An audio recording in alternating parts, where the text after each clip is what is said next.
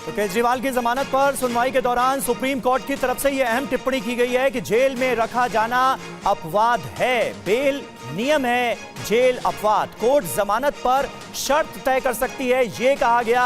अभिषेक मनु सिंघवी की तरफ से नॉन अरेस्ट को गिरफ्तारी में बदला गया। इस बात का भी जिक्र अरविंद केजरीवाल के वकील अभिषेक मनु सिंघवी की तरफ से किया गया और कहा गया कि गिरफ्तारी से पहले अरविंद केजरीवाल को कोई नोटिस नहीं दिया गया। इसके बाद सुप्रीम कोर्ट की बहुत अहम टिप्पणी सामने आई है जिसमें यह कहा गया है कि जेल अपवाद है, बेल नियम है। जितेंद्र शर्मा हमारे संवाददाता इस वक्त कोर्ट रूम के बाहर मौजूद हैं। सुप्रीम कोर्ट आपको लिए चलते हैं एक बार फिर। जितेंद्र, और क्या ताजा अपडेट मिल रही है और कितनी देर में इस मामले में फैसला हमारे सामने होगा अदालत का?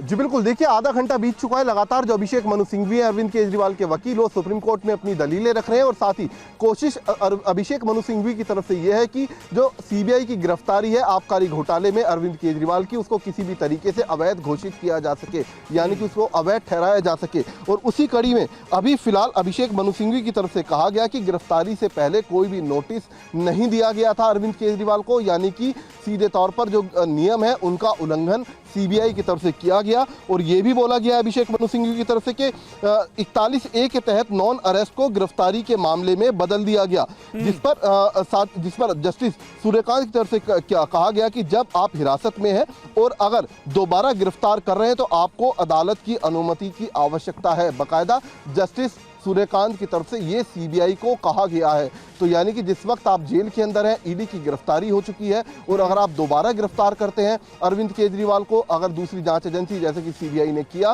तो ऐसे में अदालत की अनुमति लेनी चाहिए थी। तो कहीं ना कहीं संकेत सीधे तौर पर दिखाई दे रहे हैं, जैसा कि अभी जस्टिस सूर्यकांत ने कहा भी कि जेल एक अपवाद है। और उसके बाद इस तरीके की दूसरी टिप्पणी जस्टिस सूर्यकांत की, तो कहीं ना कहीं संकेत साफ है। जी, यानी ये बड़ी महत्वपूर्ण टिप्पणी है जितेंद्र, जस्टिस सूर्यकांत की तरफ से जिस बात का जिक्र किया गया है, क्योंकि इससे पहले अभिषेक मनु सिंघवी को हमने सुना, उन्होंने कहा कि पीएमएलए के तहत राहत जब मिलने वाली थी तो फिर सीबीआई ने अरेस्ट कर लिया, क्योंकि असल मंशा जो थी वो ये थी कि अरविंद केजरीवाल को किसी भी तरह से जेल के अंदर रखा जाए। अब जस्टिस सूर्यकांत ये कह रहे हैं कि अगर सीबीआई को गिरफ्तार करना था तो अदालत से परमिशन लेनी चाहिए थी इसकी।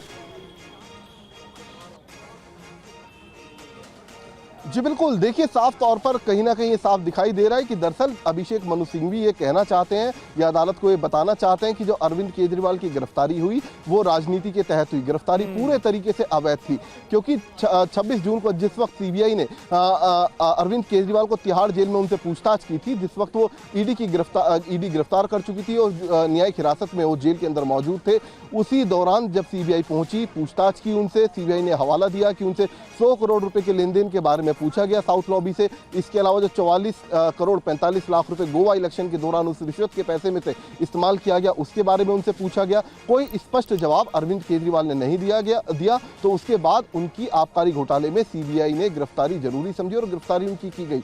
इस पर टिप्पणी करते हुए जस्टिस सूर्यकांत ने कहा कि जब एक एजेंसी पहले से एक मामले में गिरफ्तार कर चुकी है और अगर उसी मामले में सीबीआई उनको गिरफ्तार करती है तो ऐसे में सुप्रीम कोर्ट की जो इजाजत थी, जो परमिशन थी, वो ली जानी चाहिए थी। तो सीधे तौर पर एक संकेत फिर से जस्टिस सूर्यकांत की तरफ से दिया गया है। उससे पहले जस्टिस सूर्यकांत ने कहा कि जेल एक अपवाद है और इसी तरीके की टिप्पणी सुप्रीम कोर्ट की तरफ से के कविता, विजय नायर और मनीष सिसोदिया को जमानत देते हुए भी की गई थी। तो ये दो टिप्पणी जो है वो सीधे तौर पर संकेत देती हुई दिखाई दे रही है। जी।